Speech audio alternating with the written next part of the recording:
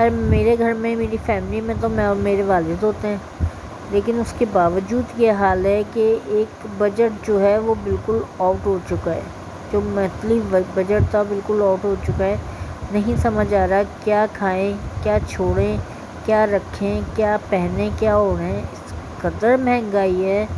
اس دفعہ امید ہی نہیں تھی کہ اتنی بری طریقے سے مہنگائی کر دی جائے گی۔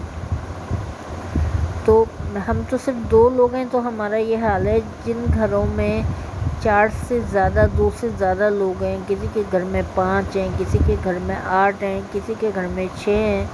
ان بیچاروں کا کیسے گزارا ہوتا ہوگا۔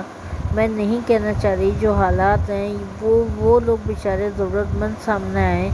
جو بیچارے دکھنے میں اتنے شریف لوگ لگ رہے ہیں، جن کے بولنے سے لگ رہا ہے وہ پڑھے لکھے ہیں، جسے کہتے ہیں نا سفید پوش لوگ، وہ لوگ بھی بیچارے اب مجبور ہو کر باہر نکلے ہوئے ہیں۔ کتنے لوگ باہر ایسے ملتے ہیں، آپ نکلیں سودا لینے جاؤ، سبزی لینے جاؤ، لوگ ایسے کھڑے ہوتے ہیں صاف ستھرے کپڑوں میں، صاف ستھرے حلیے میں، کہ بیچارے بیٹا میں بہت مجبور ہوں، میری مدد کر دو، ہم بہت مجبور ہیں، ہماری مدد کر دو۔ اللہ تعالی ہم لوگ کا پتہ نہیں کیا آگے آنے والے وقتوں میں کیا حال ہوگا۔ ہماری گورنمنٹ کیا کر رہی ہے، ہمارے سیاستدان بیٹھ کے صرف ہمیں لوٹنے میں لگے ہوئے ہیں۔ تو بس اللہ تعالیٰ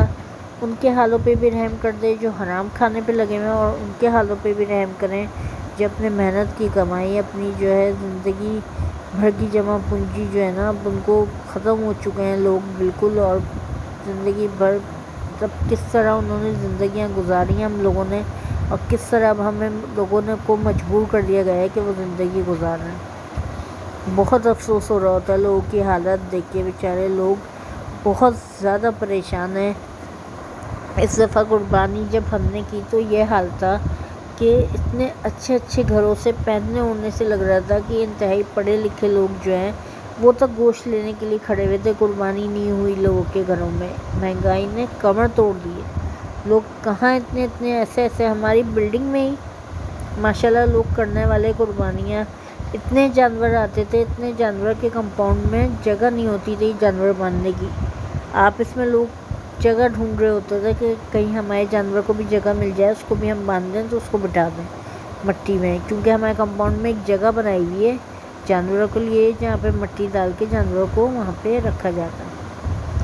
لیکن یہاں یہ حال تھا اس دفعہ، اس سال لوگ بیچارے جنہوں نے قربانی نہیں کی، کس قدر مشکل حالات، کس قدر جانور نہیں آئے تھے، اتنے کم جانور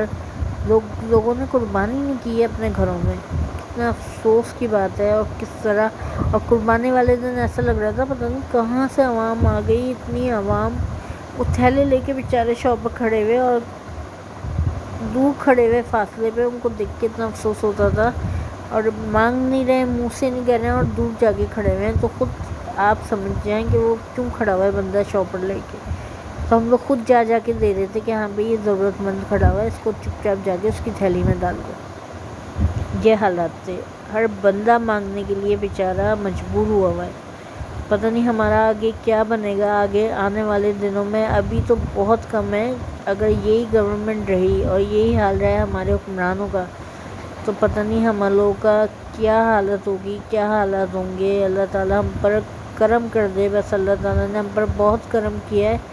وہ تو خیر دینے والی ذات ہے، وہ تو کسی نہ کسی کے ذریعے اپنے بندوں تک پہنچائے گا، اس کا تو وعدہ ہے کہ میں نے کھلانا ہے اور میں ہی کھلاؤں گا۔ تو وہ تو اللہ کا بڑا احسان ہے کہ اللہ تعالیٰ ہم سے 70 ماؤں کے برابر محبت کرتا ہے، بھلے ہمارے اعمال اس قابل ہونا ہو، ہمارے عمل اس قابل ہونا ہو۔ تو ہم مسلمان ہیں، ہمارے لیے کتنا بڑا احسان ہے اللہ تعالیٰ کا، اس نے ہمیں مسلمان پیدا کیا، اس نے ہم سے ہمارے عقیدوں کو مضبوط رکھا، اس نے ہمیں دین کی تعلیم دی، اس نے ہمیں صحیح سیدھے راہ پہ چلنے والا بنایا۔ تو اللہ کا احسان ہے کہ وہ تو ہماری کہتے ہیں نا شہرت سے بھی زیادہ قریب ہے اللہ تعالیٰ کی ذات، تو وہ تو ہمارے ہر چیز کو ہمارے منہ میں آنے سے پہلے سمجھ لیتا ہے، ہماری ضروریات کو، ہماری جو زندگی میں جو کمی اوپر نیچے ہوتا ہے وہ سمجھ لیتا ہے، تو وہ اس کو تو پہلے سے پتہ ہمارے کیا ہے، تو وہ ہمیں کہیں نہ کہیں سے پہنچاتا ہے۔ رزق دینے کا وعدہ وہ تو اللہ کا، اور میں سوچتی ہوں اس بات کا شکر ادا کرنا چاہیے کہ اللہ تعالیٰ نے اپنے ذمہ لے لیا رزق اگر انسانوں کے ہاتھ میں ہوتا نا، آپ کیوں میرے ہاتھ میں ہوتا، تو پتہ نہیں ہم کیا کرتے یا ہمارا کیا حشر ہوتا۔ اللہ تعالیٰ ہم پر رحم کرے، اور ہم پتہ نہیں لوگوں کے ساتھ کیا کرتے آنے والے۔ تو یہاں تو دھوکے بازی، یہاں تو دغا بازی، یہاں تو ایک دوسرے سے فریب، چوری، ڈکیتی، ایسے جو اللہ معاف کرے، بس ایسے جو کام ہیں یہ ہم چھوڑ نہیں رہے۔ ایک دوسرے سے فراڈ کرنا، چھوٹا بڑا، اور رشوت کھانا، یہ سب ہمارے یہاں تو ایک ناسور کی طرح پھیل گئی ہے نا، بیماری کی طرح۔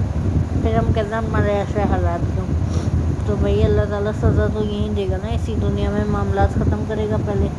پھر اوپر جا کے حساب کتاب وہ بھی دے دیں گے، اس میں بھی ہم اللہ معاف کرے کچھ نہ کچھ کر لیں گے، کوئی نہ کوئی اوپر نیچے کر دیں گے معاملہ۔ لیکن بھئی اللہ تو ہمیں یہیں پورا کر دے گا اگر ہم بچ گئے تو۔ اللہ تعالیٰ کی جس طرح عذاب کیسے نازل ہو عذاب ہم لوگ پہ، اگر ہمارے واقعی حقیقت ہے، اگر آپ سوچیں ہمارے ہاتھ میں، انسان کے ہاتھ میں ہوتا نا رزق دینا، تو ہم لوگ تو بہت پہلے یہ دنیا ختم ہو چکی ہوتی۔ لوگ ابھی تو پھر اللہ پہنچا رہا ہے کسی نہ کسی طرح۔ ایسے بہت سے نیک لوگ ہیں جو اپنے رزق میں سے ایک حصہ نکال کے کسی آگے بڑھاتے ہیں، کسی کے گھر میں راشن ڈلوا دیا، کسی کے گھر میں جو ہے کسی کا دوا علاج کروا دی، کسی کو دے دیا جا کے، کسی کے گھر میں کسی بھی صورت کسی بھی طریقے سے مدد کرنے والے کر دیتے ہیں۔ بہرحال مدد تو اللہ تعالیٰ جو ہے نا، ایسے بھی لوگوں سے اللہ تعالیٰ نے، یہ بھی بڑا اللہ کا احسان ہے، اس لیے کہ اللہ کا وعدہ ہے کہ میں کسی نہ کسی طرح تمہیں رزق پہنچاؤں گا۔ یہ بہت بڑا کرم ہے اللہ کا کہ رزق کی ذمہ داری، رزق دینے کی ذمہ داری اللہ تعالیٰ نے اپنے ہاتھ میں لی، ہمارے ہاتھ میں نہیں دی۔